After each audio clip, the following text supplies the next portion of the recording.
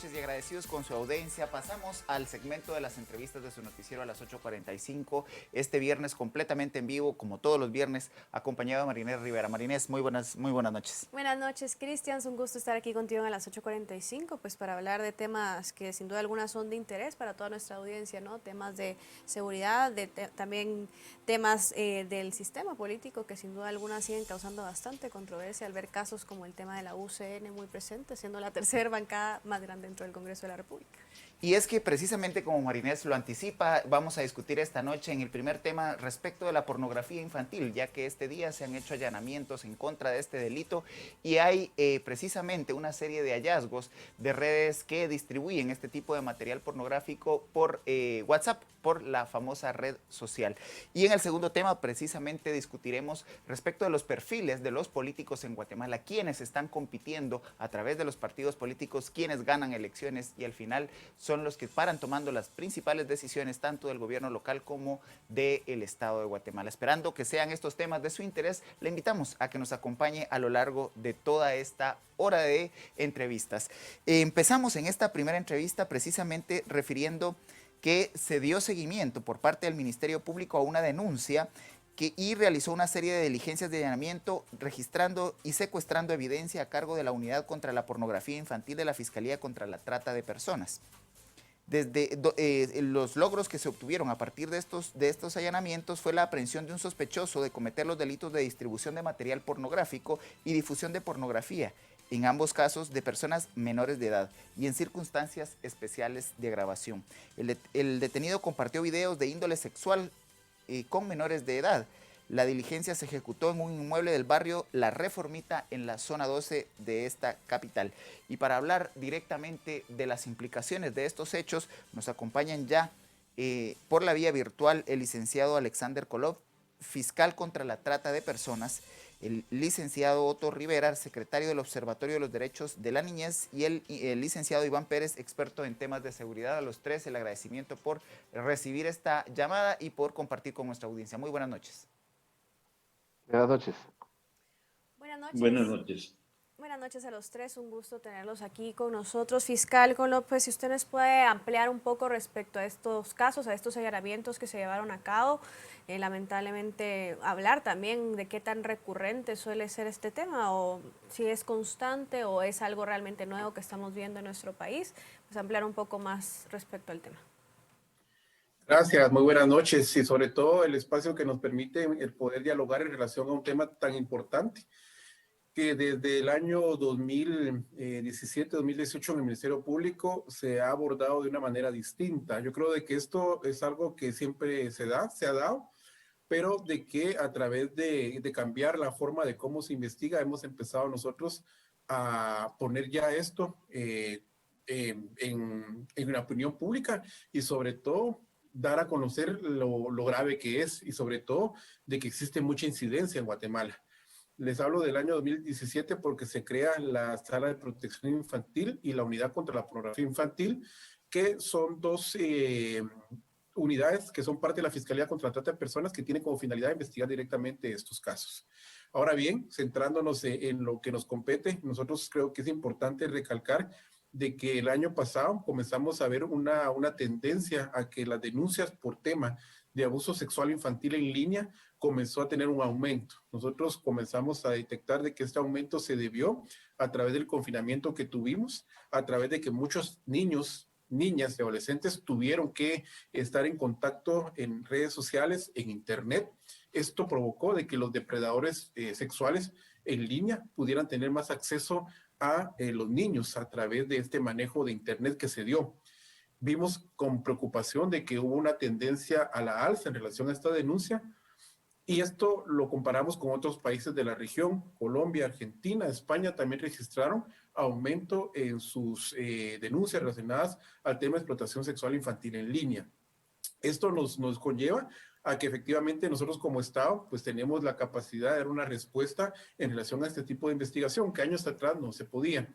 Es así como pues nosotros como Fiscalía hemos visto de que iniciamos investigaciones proactivas en donde la sociedad no denunciaba, pero en el caso del día de hoy, por ejemplo, es una denuncia que presenta una ciudadana. mujer que indica que ella tuvo conocimiento de que había un grupo de WhatsApp que se compartían material de niños en línea, ¿verdad? Entonces, esto provoca de que la Fiscalía realice las investigaciones correspondientes y que pues se operativice.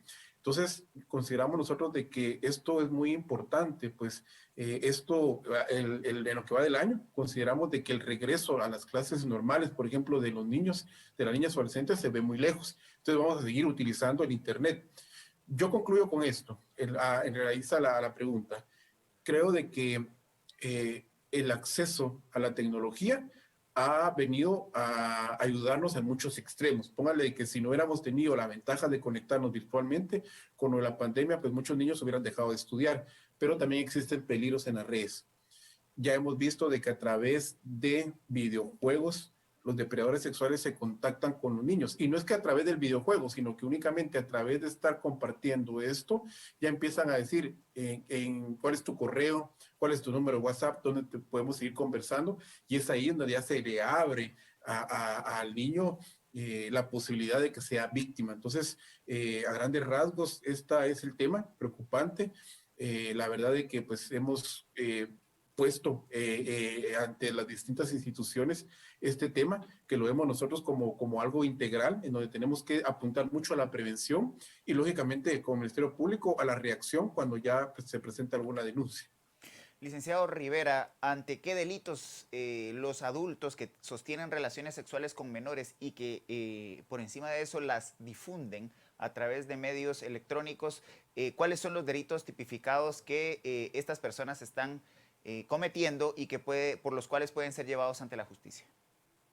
Bueno, buenas noches, saludo a mis colegas del panel. Muchas gracias, Cristian. Bueno, primordialmente son dos, ¿verdad? Porque esto ya está tipificado desde el año 2009 en la Ley contra la Violencia Sexual, Explotación y Trata de Personas, como pornografía infantil, por supuesto, incurre también en una violación al Código Penal y además, como se tratan de, como ya el señor fiscal lo ha mencionado, de niñas, niños y adolescentes, se viola también la Ley de Protección Integral de Niñez y Adolescencia, nuestra ley PINA, además de la Convención sobre los Derechos del Niño.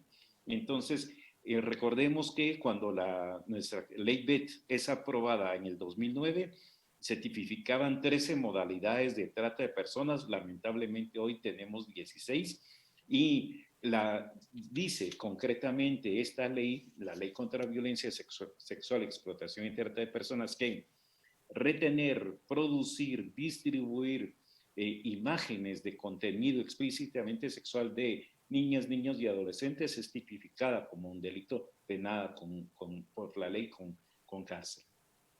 Ingeniero Pérez, también ya el fiscal mencionaba un tema muy importante que es el tema de la prevención. Digamos, creo que todos coincidimos que es una acción importante para intentar evitar todo este tipo de situaciones.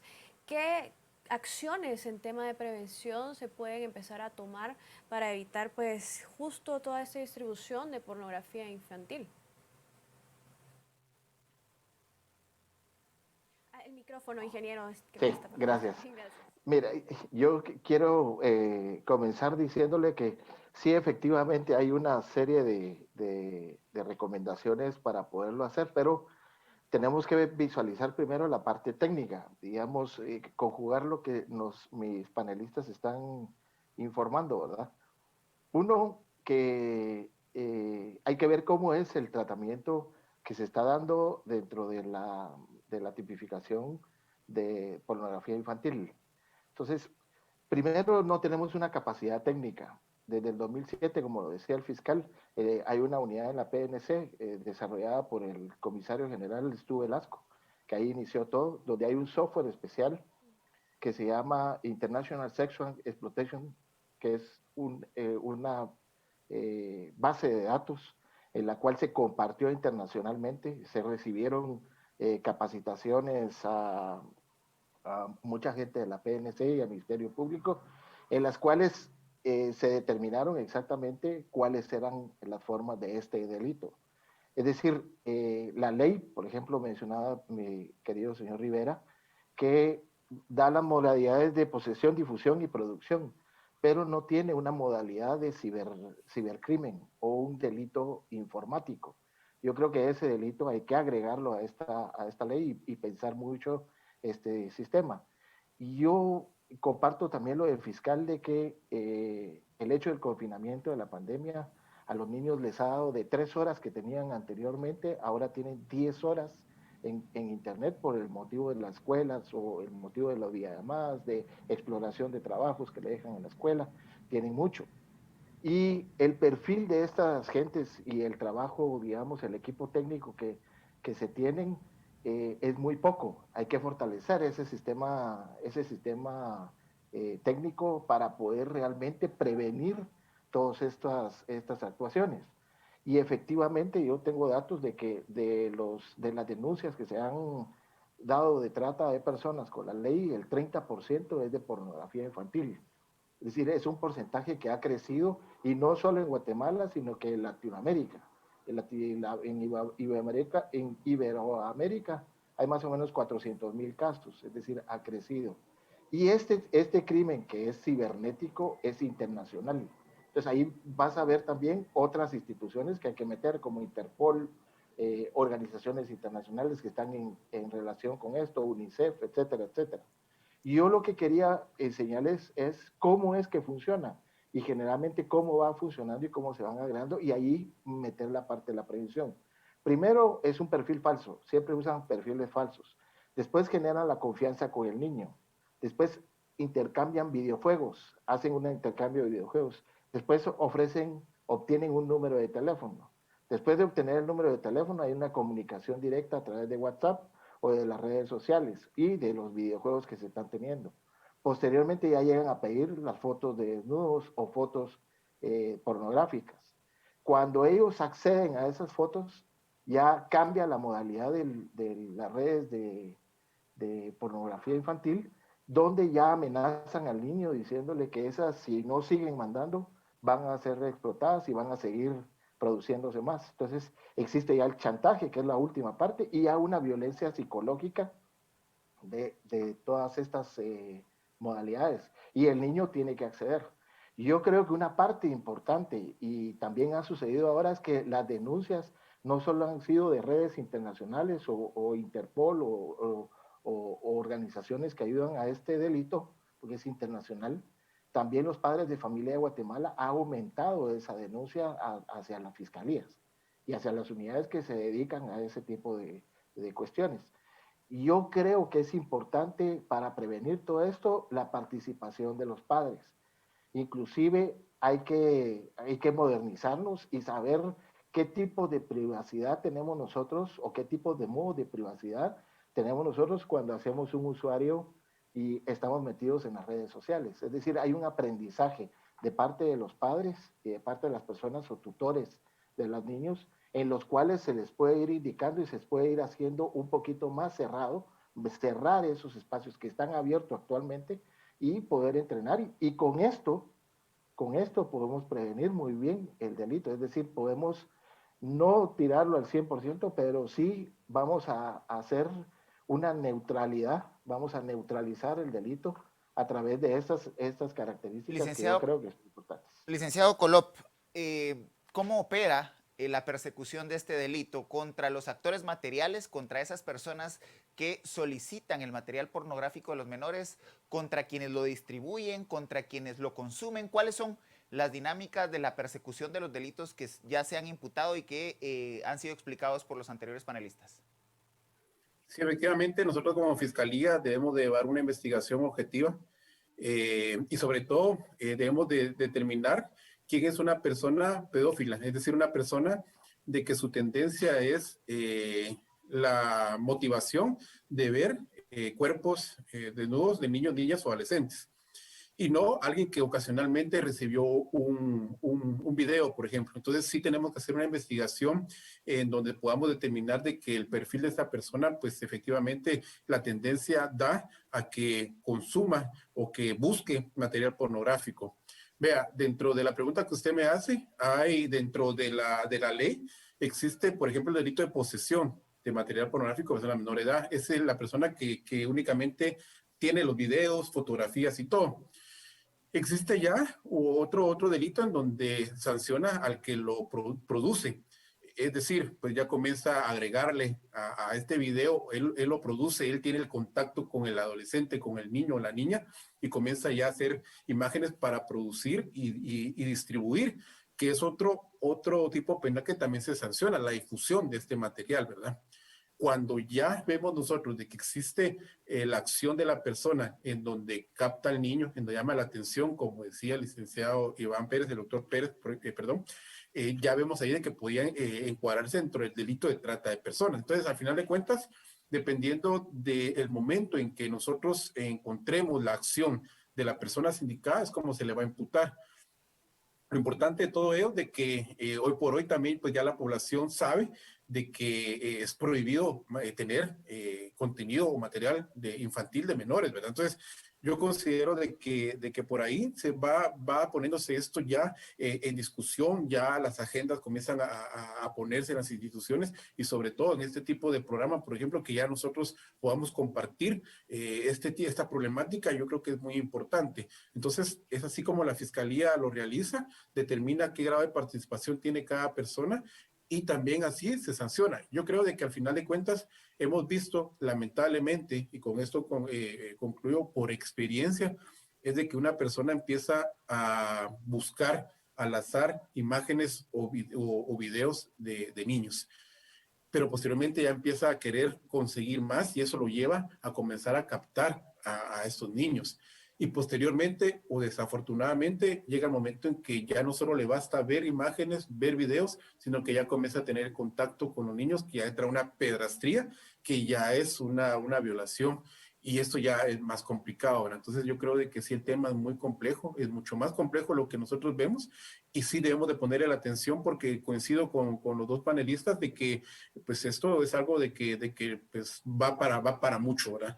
Y pues nosotros también como Fiscalía nos hemos tratado de ordenar, de coordinar y pues ya tenemos acciones para que las unidades de la Sala de Protección Infantil, por ejemplo, el Ministerio Público y la Unidad contra la Pornografía Infantil, se pueda replicar, al menos en El Salvador y Honduras, para poder hacer un frente mucho más fuerte en relación a las investigaciones regionales, como lo dicen los panelistas, pues esto trasciende fronteras.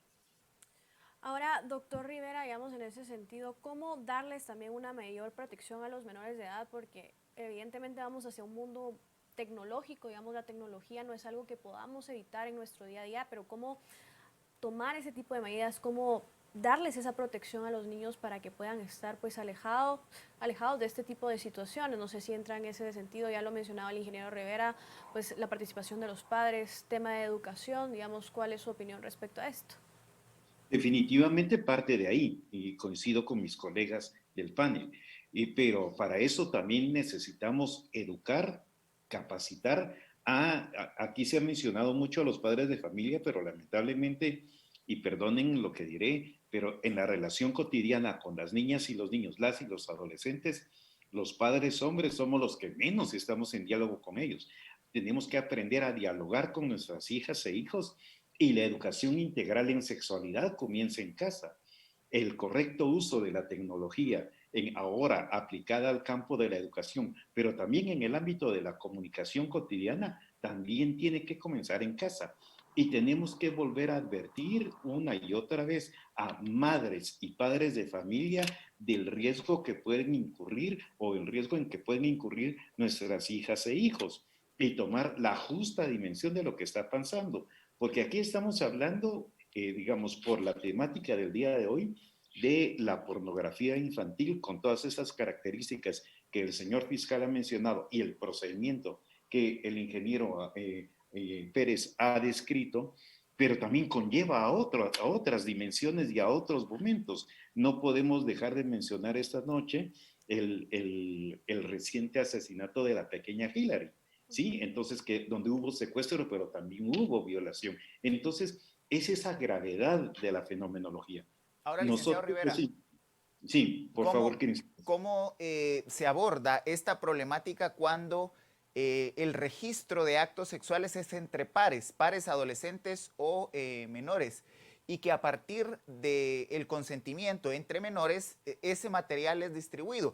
El problema es que muchos de los dispositivos electrónicos permiten ahora el registro videográfico, sonográfico, y pone a disposición de menores la posibilidad y la capacidad de hacer ese registro, pero puede ser después distribuido en estas redes criminales. ¿Cómo se aborda esa problemática y cómo se tipifica si hay en ese caso delito? Y por supuesto, es que, a ver, vamos otra vez al antecedente del año 2009. Desde la ley BET se dice claramente que sostener relaciones sexogenitales con cualquier persona menor de 18 años de edad es tipificada como violación, penada con cárcel. Aunque Y no sea está entre pares. diciendo, aunque así sea, entre pares, por supuesto. Entonces, no solo es del adulto hacia una persona menor de edad, es entre pares también. Ahora, el problema fundamental es que la ausencia de educación integral en sexualidad es en todo el país, no solo del mundo adulto hacia la niñez y adolescencia, también es entre pares. Y lamentablemente, tenemos que decirlo, en el currículum nacional base del Sistema Nacional de Educación, la educación integral en sexualidad no está. Tenemos que plantearlo desde ahí, pero también desde casa y en las distintas esferas. Y vuelvo a lo siguiente. En el año 2020 registramos más de 100,000 embarazos en niñas de 10 años a chicas menores de 19 años de edad. Y como se ha mencionado en el panel, si durante estos meses fuertes de confinamiento todo el sistema educativo nacional quedó varado, la parte presencial no se dio, ¿dónde estaban las niñas y las adolescentes? No estaban en escuelas e institutos, no estaban en plazas, en parques, no estaban en las iglesias, estaban en casa. ¿En dónde está el abuso y la violencia sexual? Está en casa. ¿En dónde está el riesgo? Está en casa o muy cercano de casa. Guatemala necesita hacer un alto en el camino y repensar su relacionamiento con la niñez y la adolescencia toda, pero también entre sí y para sí. Y estos mensajes de alerta temprana tienen que ser diseminados en todo el país, no solo en idioma español, en los 25 idiomas del país y por todos los canales que tengamos a nuestro alcance. Ahora, ingeniero Rivera, también digamos el tema de la cultura de denuncia que creo que ha hecho falta en este país. ¿Cómo empezar también a fomentar esa cultura de denuncia? Porque digamos es fundamental e importante también en todo este tipo de situaciones. Digamos, ¿qué acciones, cómo se puede empezar a lograr también esto? Ingeniero Pérez, perdón. Ya, sí, mira, yo creo que es importante la parte que está diciendo don Otto Rivera en la parte educativa.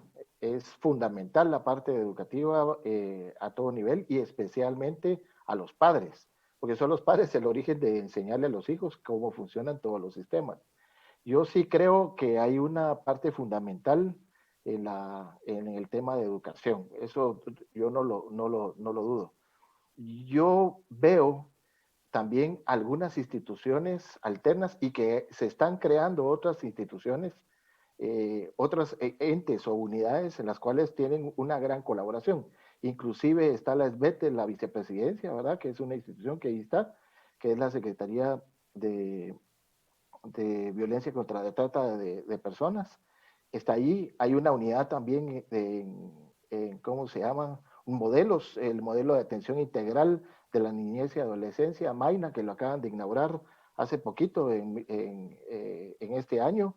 Y está el de la niñez y adolescencia, que también se inauguró en el 2019, que es son 12 instituciones involucradas, en los cuales están atendiendo niños y niñas que están atendiendo que han sido puestos en violencia y violencia psicológica y todo el tema. Y hace falta una institución que es la PGN. La PGN lamentablemente no pertenece al sistema de justicia y la han dejado rezagada. Y la PGN es una institución que es encargada de velar por estos derechos de los niños. Y no ha tenido ni presupuesto, no ha tenido muchas cosas. Inclusive este caso que se menciona que fue en Tiquizate, hay muchos casos que están presentes ahí y que han sido denunciados, ha llegado la PGN y la PGN, que es la encargada de velar por estas cosas, no ha podido hacer nada porque las funciones son muy cortas para poder entregarles a los niños y a veces los mismos padres mandan a los niños a hacer cuestiones que son ilegales. Entonces, es complejo el tema, pero sí existen ciertas unidades en las cuales se puede fortalecer el tema de fortalecer el perseguimiento de este delito. Y por último, la parte técnica, que la parte técnica es importante porque la escena del crimen es cibernética, es la red. Y para poder atrapar en la escena del crimen, nosotros tenemos que tener equipos especiales donde en situ podamos sacar toda la información de los dispositivos electrónicos, inclusive ver los archivos que han sido borrados, los archivos que están en posesión, en disposición, en producción, etcétera. Y falta ese elemento, vuelvo a repetirlo, el de la ley, que hay que meter la modalidad de delitos informáticos o del cibercrimen. Ahora, licenciado Colop, ¿en qué momento y cómo identificar cuando estamos frente a una persona que encaja dentro del perfil ya de un pedófilo que pues necesita este tipo de material para sus propias prácticas sexuales y poder denunciarlo? ¿Cómo identificar precisamente una persona que está empezando a distribuir no de manera sesgada o un archivo de vez en cuando, sino que ya tiene toda una conducta en torno a este delito? Interesante la pregunta y compleja la respuesta, porque al final de cuentas no podemos detectar cuando estamos contra una persona que su tendencia es en relación a los niños, ¿verdad? Su tendencia sexual. Y eso es lo que hace complejo, ¿verdad? Porque si tuviéramos algún tipo de determinante, podríamos nosotros, pues, de alguna manera proteger para que esta persona no se acerque. Ahora, podemos decir de las características. Sí hemos visto mucho, y esto lo hemos compartido con otros fiscales, que, por ejemplo, suele pasar de que son personas que buscan mucho estar dentro del ambiente de la niñez, por ejemplo, y por eso vemos nosotros de que hay profesores involucrados en temas de los que estamos tocando hoy, porque precisamente están cerca de los niños, ¿verdad? Entonces buscan el ambiente en donde puedan estar rodeados de niños. Hay algunos que pues su perfil es de que pasan mucho tiempo solos, la mayor parte de amigos son niños, ¿verdad? No son personas de su misma edad. Por ahí también pues se dedican horas y horas a pasar en las redes. Entonces, esos son algunos como que indicadores que nos alertan, pero al final de cuentas es en cuanto a la intimidad en su casa, ¿verdad? En su conducta. Pero desafortunadamente nosotros no podemos pues determinar con exactitud el perfil de alguien, ¿verdad? Lo que sí es de que también suele pasar que es mucha persona entre los 18 a los 30 años, por ejemplo, que es como que el agresor mucho más fuerte, ¿verdad? Entonces, también vemos este rango de edades, ¿verdad? Pero sí es complejo. Yo creo de que el registro de agresores sexuales y otro tipo de instrumento que nos puedan ayudar permite para identificar, por eso lo importante de que las instituciones que tengan a su cargo el cuidado o atención de niños pidan este registro, ¿verdad? Porque también ahí podían auxiliarse en relación a poder determinar.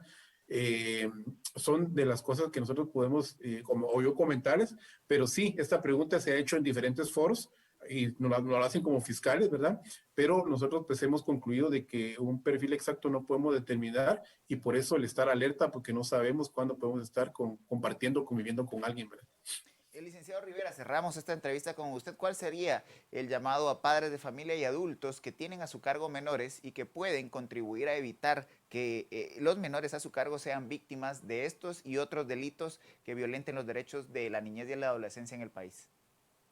Por favor, no hay mejor monitor, diríamos, del comportamiento de las niñas, niños y adolescentes que las propias madres y padres de familia.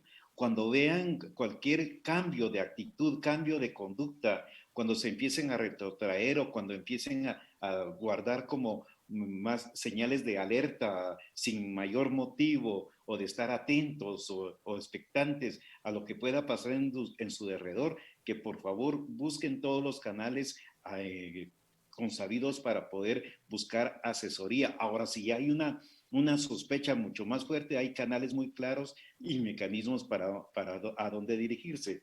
Con el permiso del señor fiscal está el propio Ministerio Público, pero también está la Defensoría de Niñez y Adolescencia de la institución del Procurador de Derechos Humanos. Por supuesto, ya lo mencionó el ingeniero Pérez, la Procuraduría de Niñez y Adolescencia de la Procuraduría General de la Nación. Hoy tenemos estos mecanismos de coordinación interinstitucional como MAINA, para citar MAINA, pero también está la propia SBET o la Comisión Nacional de Niñez y Adolescencia. Nosotros como sociedad civil no hacemos, por supuesto, persecución penal, pero sí hacemos derivación de la denuncia.